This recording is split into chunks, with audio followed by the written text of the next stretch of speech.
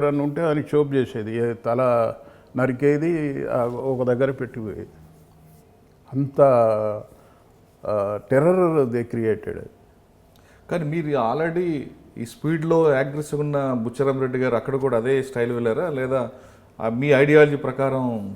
అంటే ఇప్పుడు ఒకటండి, అక్కడ కూడా ఏంటంటే మనకి ఎక్కడ కూడా ఒకటే హార్డ్ అండ్ ఫాస్ట్ రూల్ ఉండదు. అది మనము ఏంటంటే ఎక్కడైతే ప్రాబ్లం ఉందో అదే ప్రాబ్లం ఐడెంటిఫై చేయాలి, ఆ ప్రాబ్లానికి కారకులు ఎవరు మనం ఐడెంటిఫై చేయాలి.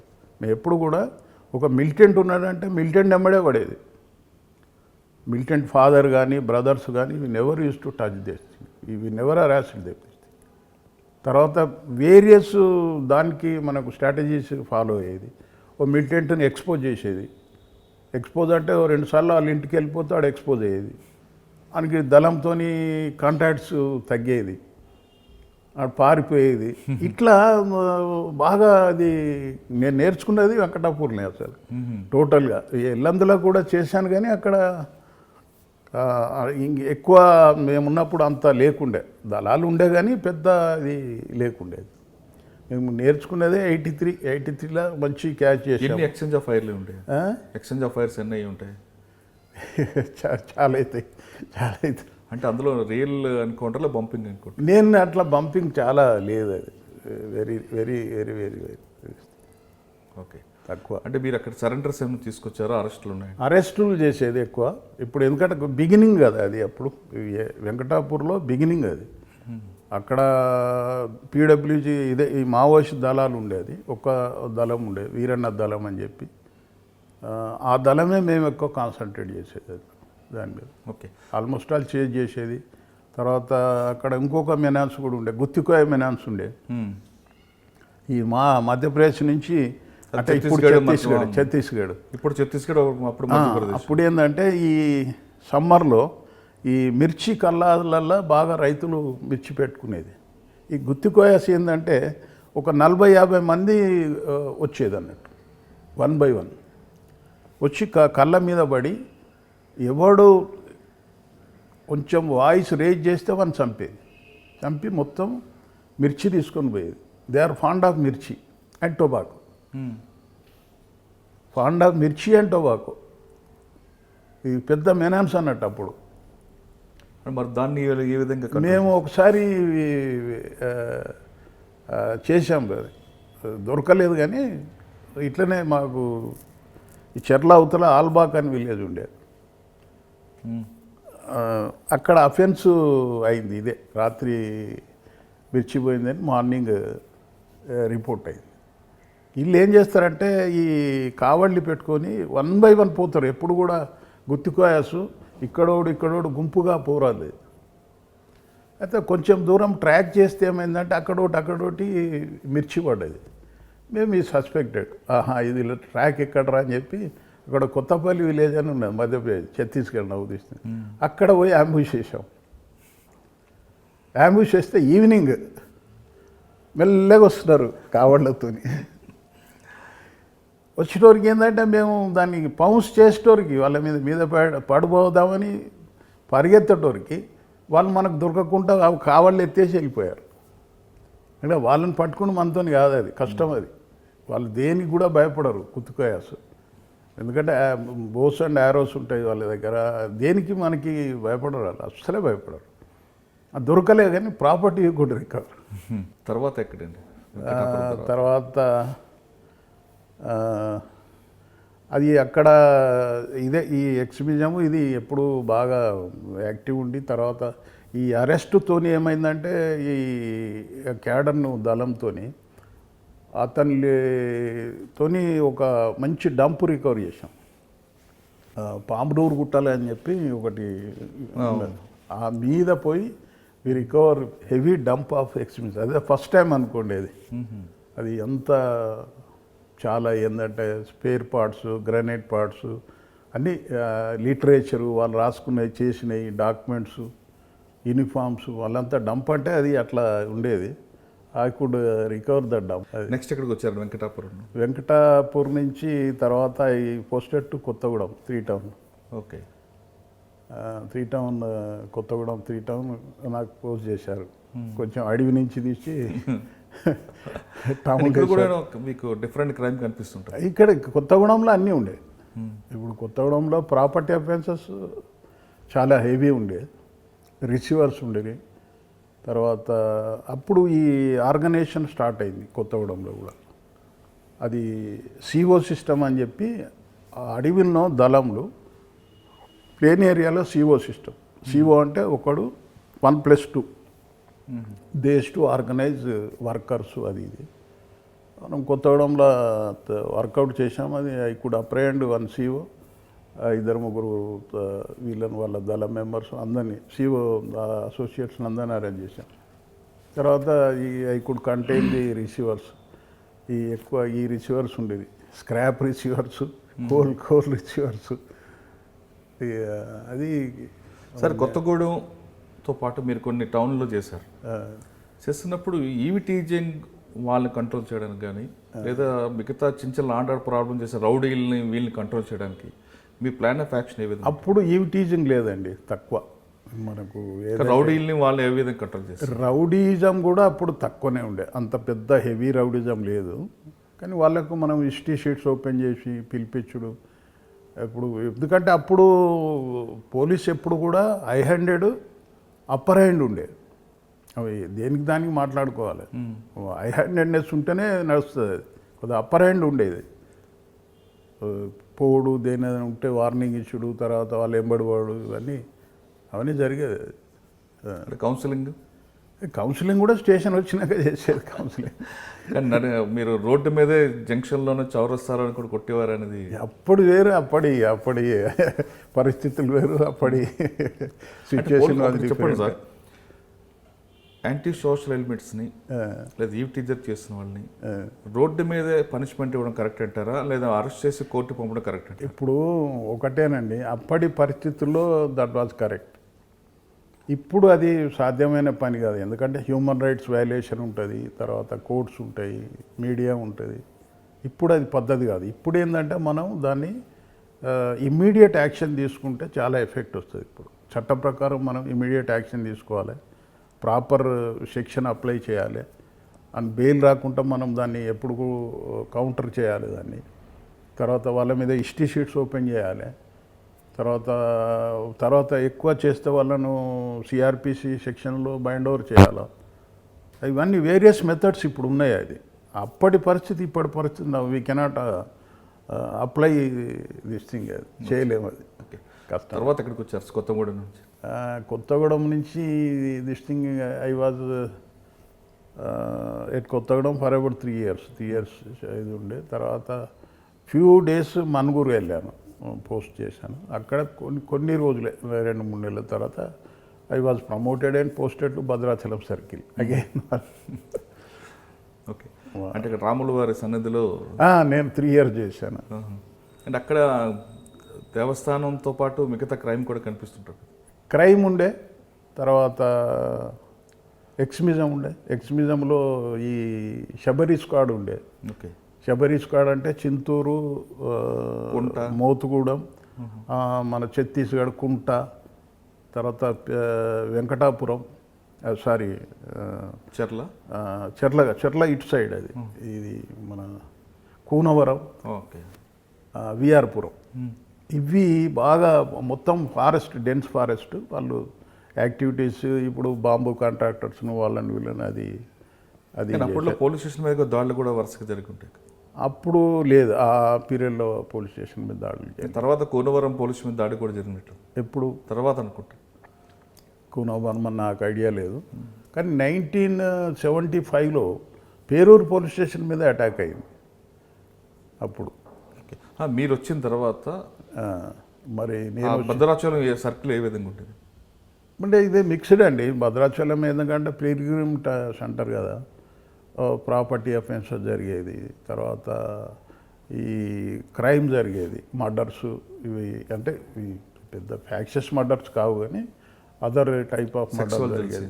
తర్వాత ఇవి ఎక్స్మిజం ఇది ఒకటి ఉండేది. అంటే భద్రాచలం సర్కిల్లో మీకు జరిగిన, మీరు చెప్తున్న క్రైమ్లో మంచి ఇంట్రెస్టింగ్ కూడా మర్డర్ కేసు ఏమైనా ఉంటుందండి? చాలానే. దాదాపు నేను 3 yearsలో దాదాపు 19 మర్డర్స్లో నేను ఎందుకంటే మీకు క్రైమ్ నేను డిటెక్ట్ చేసేది అది అది బాగా ఏంటంటే ఒక ఇంట్రెస్టింగ్ ఏంటంటే ఒక ఎస్టీ ఇది ఇమీడియట్ పోలీస్ స్టేషన్ కంప్లైంట్ వచ్చేది. సార్ నేను మా వదినని తీసుకొని వెళ్తుంటే ఇట్లా వీళ్ళు అటాక్ చేసినారు, మా వదినని తీసుకొని పోయినారు, ఎట్టుపోయిందో తెలియదు అది ఇది అని వచ్చి మనకు చెప్పినారు. తర్వాత తెలిసింది ఏంటంటే ఆమె మర్డర్ అయినది. ఈతను మనకు వచ్చిన కంప్లైంట్ ఏ విధంగా బిహేవ్ చేసిండంటే వాళ్ళ దగ్గర వాడు పోయి ఊళ్ళోకి పోయి చెప్పాడు, ఇట్లా అటాక్ అయింది, మేము వస్తుంటే సైకిల్ మీద అటాక్ చేసినారు, ఆ వదినని తీసుకుపోయినారు. వీడు ఊళ్ళోకి చెప్తే వాళ్ళంతా వస్తారు కోయాసాలు. వచ్చినప్పుడు వాడు ఎంత యాక్ట్ చేశాడంటే, నాకు దాహం వేస్తుందంటే ఎట్లా లేదు నీళ్ళు లేవు కదా అంటే వాడు మూత్రం పోయి తాగుతానంటే మూత్రం పోస్తే తాగినాడు. అంటే అంత ఎలిబి వాడు ఇది చేసినాడు దాని మీద. సరే మనం రాత్రి ఎఫ్ఐఆర్ రిజిస్టర్ చేసినాం, సీన్కి వెళ్ళాం. చూస్తే అది మర్డర్గా లేదు, ఇది రాబరర్స్ కానీ వీళ్ళు కానీ లేదు. కానీ ఏమైంది అక్కడ, they suspected the villagers of some this thing, Koya community వాళ్ళను సస్పెక్ట్ చేసినారు. ఆడ 2 విలేజ్లో ప్రాబ్లం వచ్చినది. సరే అని చెప్పి చూసినాక సీన్ మొత్తం చూసినాక నాకు వచ్చినది వీని మీదనే సస్పెక్ట్ అయింది. అంటే ఎక్కడ లీడ్ వచ్చింది అంటే ఇప్పుడున్న టెక్నాలజీలో అంటే ఒక సెల్ టవర్ లొకేషన్. ఇప్పుడు ఒక్కటి ఏంటంటే దాని ఒక ఉద్దేశం ఏంటంటేనేనండి, అప్పుడు మేము ఏదైతే చేశామో అప్పుడు మాకు టెక్నాలజీ సపోర్ట్ అనేది లేదు.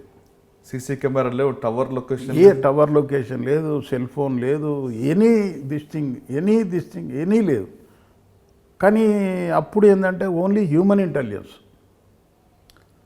మనం హ్యూమన్ ఇంటెలిజెన్స్తోనే మేము వర్కౌట్ చేసేది. ఎంత పెద్ద గ్యాంగ్ను పట్టినా కానీ హ్యూమన్ ఇంటెలిజెన్సే, మన ఇన్ఫర్మెంట్స్, మన అనాలిసిస్, పలానోడు చేయొచ్చు ఇది అని చెప్పి.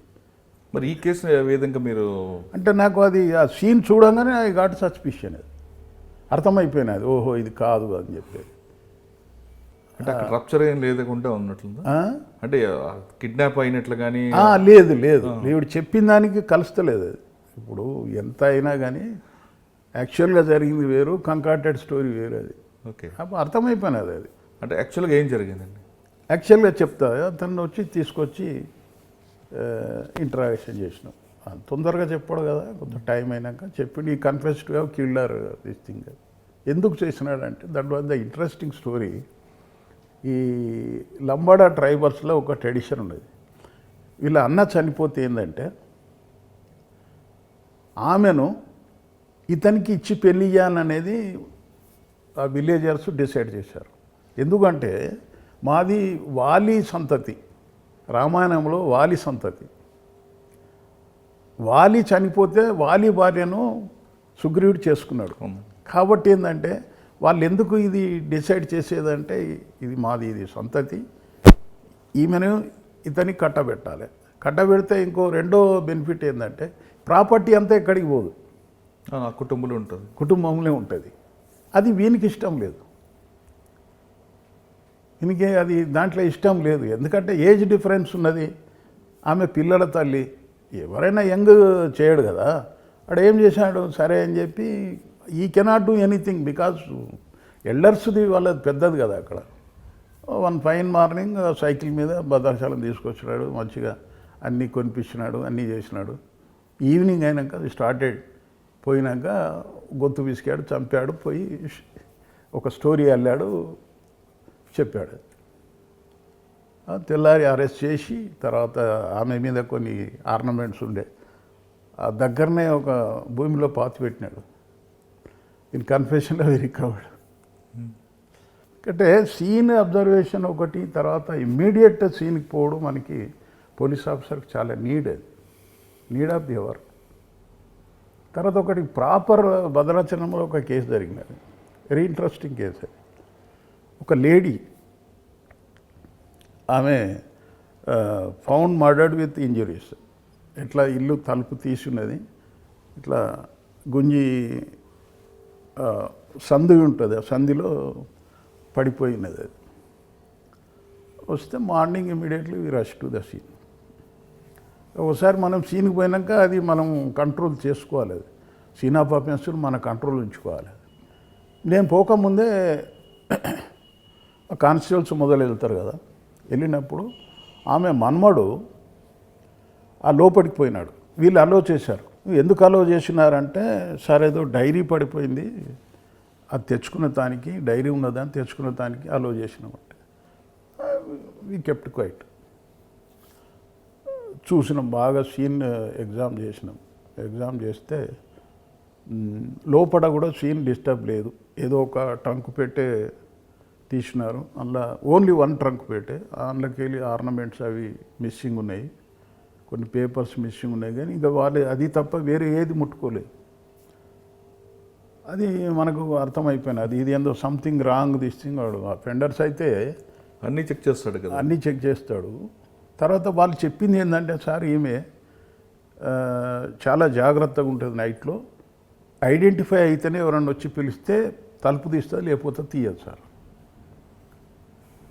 మనకు అది చూసి టోరికి అర్థమైపోయినది, ఇది something wrong, some known persons might out అని తీసి మన అడిగిన వాడు కండక్టర్ ఉండే, బాబు ఏంది ఎందుకు పోయామంటే, చిన్న డైరీ ఉండే సార్ తెచ్చుకుని. ఎందుకు dairy?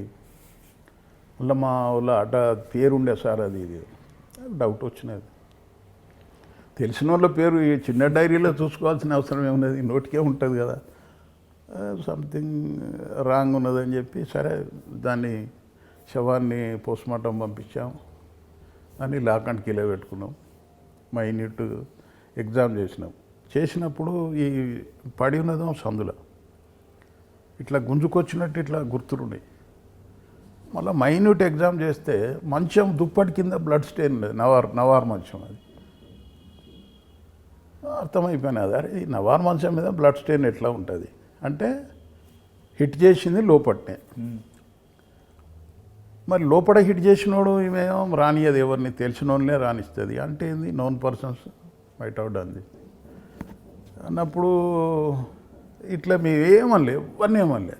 We did not suspect any, ఎక్కడ we did not spell anything this thing. అది ఒక 2-3 days కంటిన్యూగా వెళ్ళాం, కంటిన్యూ చేసి నైబర్స్ని ఎగ్జామ్ చేసి, ఎట్లా ఎప్పుడు ఫస్ట్ ఎవరు చూసారు ఏంది ఎట్లా ఇది అన్నీ ఎగ్జామ్ చేసినాక మాకు ఒక నైబరు మంచి సలహా ఇచ్చినాడు. Observation, hats off to him this thing. ఏం చెప్పినాడు, సార్ ఇది పడలేదు సార్, ఆమెను ఇట్లా పట్టి గుంజి వేసినట్టున్నది సార్ అని చెప్పినాడు. ఇది ఎట్లా చెప్తావా అంటే, సార్ ఇట్లా పెడితే మనకి ఇది ఫోల్డ్స్ వస్తాయి కదా, ఇట్లా పట్టి గుంజితే ఫోల్డ్స్ వస్తాయి కదా సార్, అది ఇట్లా గుంజినట్టున్నది సార్ అని చెప్పి. చూడండి, మనం ఓపికగా 3 days పోతుంటే ఈ ఏమన్నా క్లూస్ దొరుకుతాయి అది ఇది అంటే, మేము వచ్చినాక మళ్ళీ వీడు పోయేది, మన్మడు పోయేది ఆడికి పోయి ఎంక్వైరీ చేసేది, ఏం అడిగినారు ఏది అడిగినాడు. మాకు ఇంకా అంతా కన్ఫర్మ్ అయింది, అమ్మ వీడే చేసినాడు, తీసుకెళ్ళేస్తాను. ఇక వాడు ఆ రోజు మేము చేయకపోతే వాడు ఖమ్మం పోవు, ఈ లిఫ్టెడ్ దట్ ఫెలో. నైట్ మొత్తం కూర్చున్నాం అంత. పోలీస్ స్టేషన్ తీసుకపోతే it did not confirm this thing. సరే ఇక తెల్లారుజామున ఇంటికి వచ్చినాము, అతన్ని వేరే పోలీస్ స్టేషన్ షిఫ్ట్ చేసాం.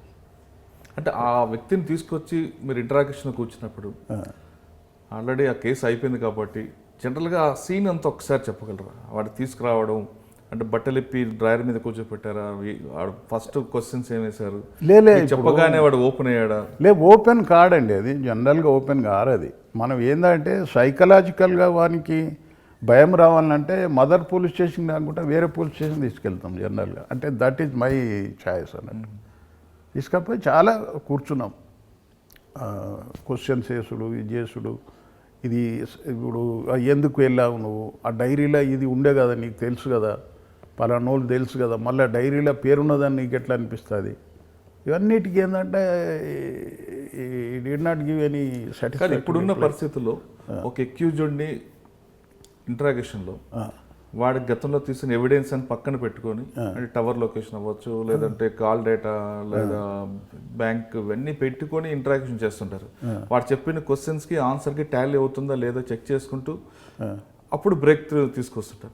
కానీ అప్పుడున్న సిచ్యువేషన్లో ఎలాంటి టెక్నాలజీ అక్కడ పక్కకు పెట్టండి, అది టెక్నాలజీ లేని టెక్నాలజీ పక్కకు పెట్టండి. అదే అంటున్నాను, ఆ మర్డర్ కేసులో ఆ అక్యూజ్డ్ని మీరు ఎలాగ ఓపెన్ లే ఎప్పుడు కూడా ఏంటంటే టెక్నాలజీ మనకు కొంతవరకే సాయం చేస్తుంది, మొత్తము కెనాట్ డిటెక్ట్. పర్టికులర్గా ఆ కేసు గురించి చూడుతుంది ఏ విధంగా కేసు ఏంటంటే మనకి వీ గాట్ డౌట్ ఏంటంటే ఇవన్నీ వేరియస్ థింగ్స్ దిస్ థింగ్, అది ఆమె ఎందుకు పోయినావు నువ్వు దానికి, తర్వాత ఈ ఎప్పుడు వచ్చిపోయేది ఈ ఇంటికి, కొంచెం ప్రాపర్టీస్ దాని మీద కూడా డిస్ప్యూట్ ఉండే. ఇవన్నీ ఏంటంటే మనం క్రోనలాజికల్ ఆర్డర్లో అని అడిగేది. అడిగితే could not give satisfactory reply. Okay, reply చేయలేదు. అది చేయకపోతే సరే తొందరగా బ్రేక్ కాడు కదా అని చెప్పి again we shifted to another police station, Dummugudem police station. సరే మధ్యాహ్నం ఇట్లా మేము భోజనం చేసినాక మా కానిస్టేబుల్స్ సార్ ఇతను చెప్తున్నాడు మొత్తం చేసిండు సార్ అని చెప్పి. అంటే పోలీస్ స్టేషన్ మార్చడం వల్ల అంటే వాళ్ళు భయం వస్తుంది, పరిసరాల్లో భయం వస్తుంది ఎప్పుడు కూడా. అది సరే మళ్ళీ తెప్పించుకొని చూసి అది చేసినాక అంటే కొట్టడం వల్ల చెప్పాడా లేదంటే ఈ స్టేషన్ కొట్టుడు టు సమ్ ఎక్స్టెంటేనండి, మొత్తం కొట్టేతో ఎవడు చెప్పడు, అది రాంగ్ నోషన్. అది ఒక టు సమ్ ఎక్స్టెంటే. అది మెజారిటీ కేసెస్లలో మనం వైలెన్స్ కొట్టకుండా కూడా మనం చాలా చేయొచ్చు.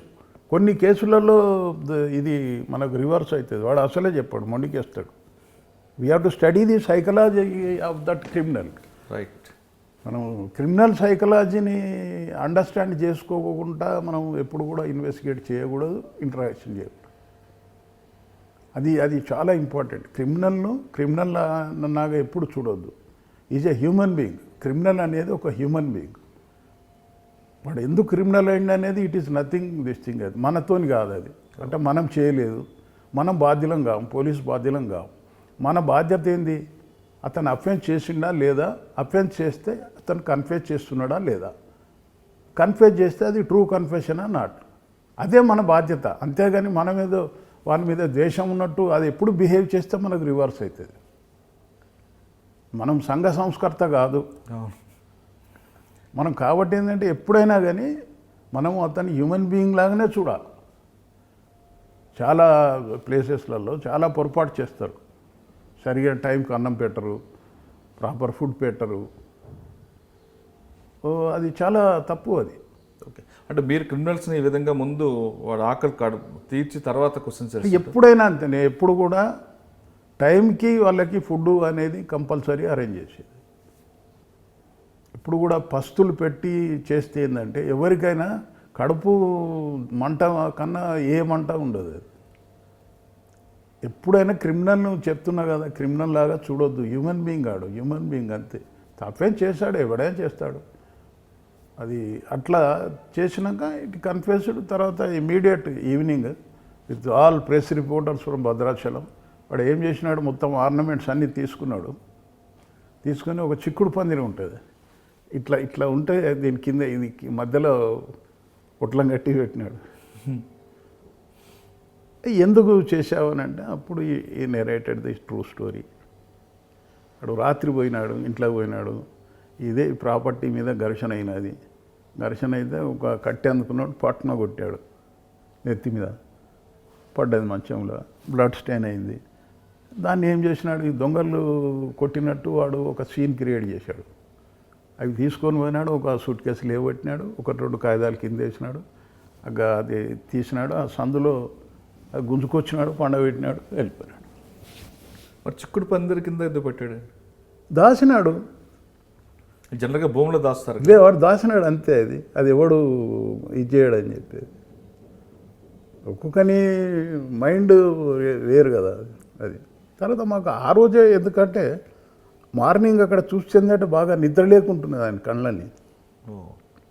కళ్ళన్నీ నిద్ర లేకుంటున్నాయి, కొంచెం డిస్టర్బ్ మూడ్లోనే కనబడ్డాడు.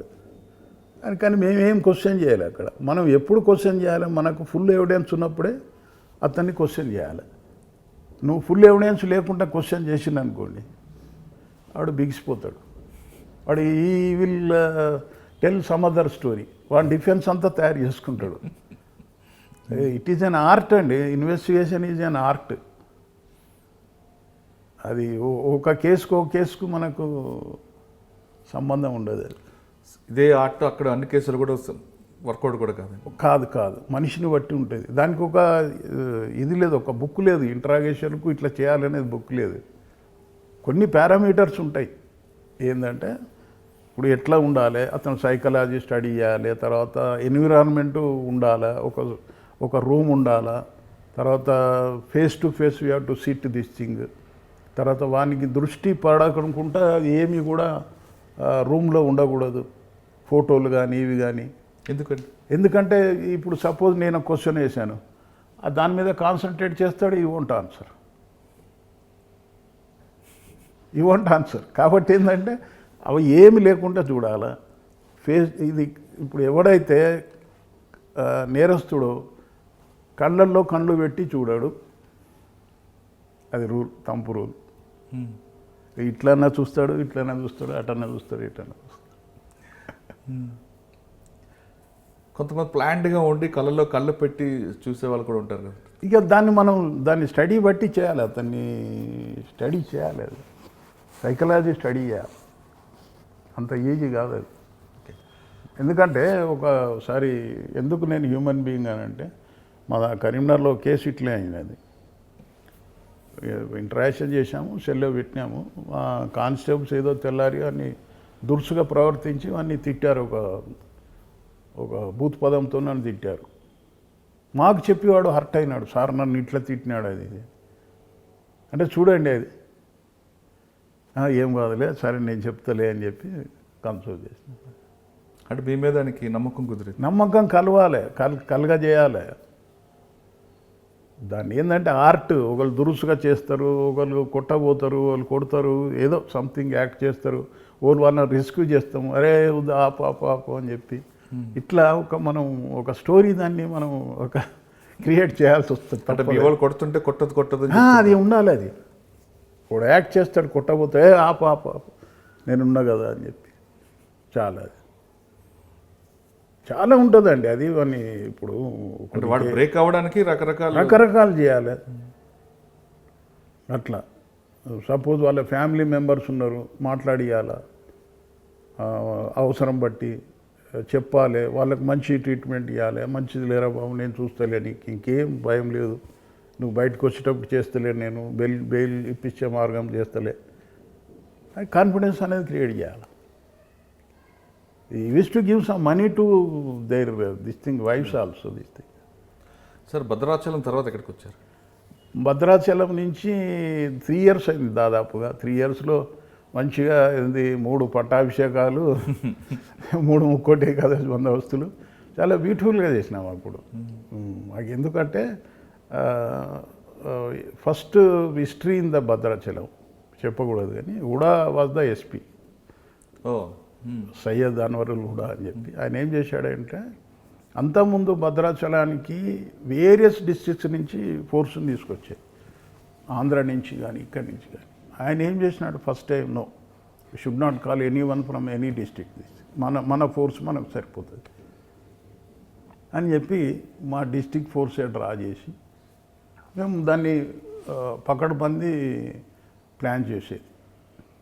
నేను ఒక్కనే, నాకు డిఎస్పీలు ఎవరు రాకపోయేది, వాళ్ళు ఆ మీది బంగ్లాలనే కూర్చునేది, మేము వర్కౌట్ చేసేది. ఆయన ఎస్పీ వాజ్ వెరీ పర్టిక్యులర్, వచ్చి తిరిగేది ఎక్కడ ఏ మెన్కి ఎక్కడ అకామిడేషన్ ఇచ్చినారు, whether accommodation is good or not, that is more this thing hour of the need. అది ఇప్పుడు మెన్కి అకామిడేషన్ లేకపోతే వాళ్ళు ఎట్లా పర్ఫామ్ చేస్తారు బందోబస్తు, అది చూసేది. చూసినాక మాకు ఏ బందోబస్తు కూడా ఎక్కడ కూడా ఏమి ఇంత ప్రాబ్లం రాకుండా ఎలోన్ ఐ డెల్ట్ ది బందోబస్తు, ఎక్కడ ప్రాబ్లం రాలేదు. ఓకే, రాత్రంతా కూర్చొని మొత్తం పేపర్ మీద పోస్టింగ్స్ వేసేది, తెల్లారి పిలిచేది, ఒక్కొక్కరికి చెప్పేది, బ్రీఫింగ్ ఇచ్చేది, పంపించేది. చాలా బాగా మజా వచ్చేది. తర్వాత ఎక్కడికి వచ్చారండి? తర్వాత అది ఐ వాజ్ పోస్టెడ్, మళ్ళీ ఇంటర్ డిస్ట్రిక్ట్ మారింది నాది, కరీంనగర్కి వచ్చాను. That is in the year 1990. అప్పుడు కరీంనగర్ మండిపోతున్నది, ఒక అగ్నిగోళం అనుకోండి అది. ఎందుకంటే ద ప్రాబ్లమ్ ఈజ్ దట్ 89లో చెన్నారెడ్డి గారు ప్రభుత్వం వచ్చినాక వాళ్ళను నక్సలైట్స్ను లిబరలైజేషన్ చేశాడు. ఏం చెప్పాడు, సరే పెట్టుకొనియండి వాళ్ళని, మీటింగ్ పెట్టుకొనియండి వాళ్ళను, మనం ఎందుకు అనచాలే అని చెప్పి అందరినీ ఆయనే ఒక బ్లాంక్ ఆర్డర్ ఇచ్చినాడు. బ్లాంక్ ఆర్డర్ ఇచ్చినప్పుడు ఏంటంటే ఇనిషియల్గా చాలా లాండ్ ఆర్డర్ ప్రాబ్లం బాగా వచ్చింది. ఎందుకంటే వాళ్ళంతా ఒక పంజరంలో ఉన్నోళ్ళు బయటికి వెళ్తే, పంజరం ఉన్న చిలుకలు బయటికి పోతే ఫ్రీ పోతాయి కదా, అట్లా చాలా ఒక అగ్నిగోళం లాగుండే కరీంనగర్. అది ఎప్పుడైతే వాళ్ళకు ఇది చేసినారో, స్వేచ్ఛాయుత మీటింగ్లు పెట్టుకోవాలి ఇవన్నీ ఇచ్చినప్పుడు ఏమైందంటే మొత్తము యూజీ క్యాడరు, మిలిటెంట్స్ అంతా ఎక్స్పోజ్ అయ్యారు. సార్ మీరు కరీంనగర్ వచ్చేదో కరీంనగర్ అగ్నిగుండంలో ఉందని చెప్తున్నారు. ఎందుకంటే ఒకటి ఏంటంటే ఫస్ట్ ఏంటంటే అప్పుడు top priority to control this extremism. అది first priority in Karimnagar. Situation ఎట్లా ఉన్నదంటే అప్పుడు ఇప్పుడు ఈ గవర్నమెంట్ పాలసీల వల్ల ఇప్పుడు గ్రూప్స్ అన్నీ విచ్చలవిడైనాయి. Particularly with in the groups చాలా కొట్టాటలు జరిగినాయి. అంత సిరిసిల్ల మాత్రం ఇది హారిబుల్ సిచ్యువేషన్. అది హారిబుల్ అంటే horrible, you cannot imagine now this thing. ఎందుకంటే అప్పుడు ఈ మావోయిస్ట్ అప్పుడు PWG, Janashakti, they use to fight with each other this thing. ఈ మావోయిస్ట్లో ఫెరోషియస్, వీళ్ళని అటాక్ చేసి జనశక్తి వాళ్ళను చంపి, ఒక ఊర్లో గంభీరావుపేట దగ్గర వాళ్ళని చంపి వాళ్ళ తలలు తీసుకొచ్చి ఎల్లారెడ్డిపేట పిఎస్ యూనివర్సిటీలో చెట్లకు కట్టారు. మీరు ఇమాజిన్ చేయండి అది ఎట్లా ఉన్నది పరిస్థితి. దాని రిటాలియేషన్కు జనశక్తి వాళ్ళు వాళ్ళను కౌంటర్ అటాక్ చేసే శక్తి లేక సీక్వెన్స్గా ఒక మూడు విలేజ్లలో మర్డర్ చేసుకుంటూ పోయారు. ఎవరు భూస్వాముల్ని అని చెప్పి, ఏంది ఎంత 80 years 75 years వాళ్ళను పెద్ద తల్వార్తోని నరుక్కుంటూ వెళ్ళారు. అంటే పరిస్థితి ఎట్లా ఉన్నదో మీరు చూడండి. వాళ్ళు ఏం చేశారు, జనశక్తికి పడకపోవడం కారణం ఏంటంటే వాళ్ళ పాలసీస్ అంతే. అది గంభీరావుపేట దగ్గర మర్డర్ చేసి తలలు తీసుకుపోయి ఎల్లారెడ్డిపేట పిఎస్ లిమిట్స్లో చెట్ల కట్టి ఆ డెడ్ బాడీస్ను ఈ సెస్ వెహికల్ ఉంటుంది, ఎలక్ట్రిసిటీ సెస్ది, ఆ సెస్ వెహికల్ వేసి పంపించారు. చూసిన 3-4 members దిస్తే. అంటే ఒక్క ఎగ్జాంపుల్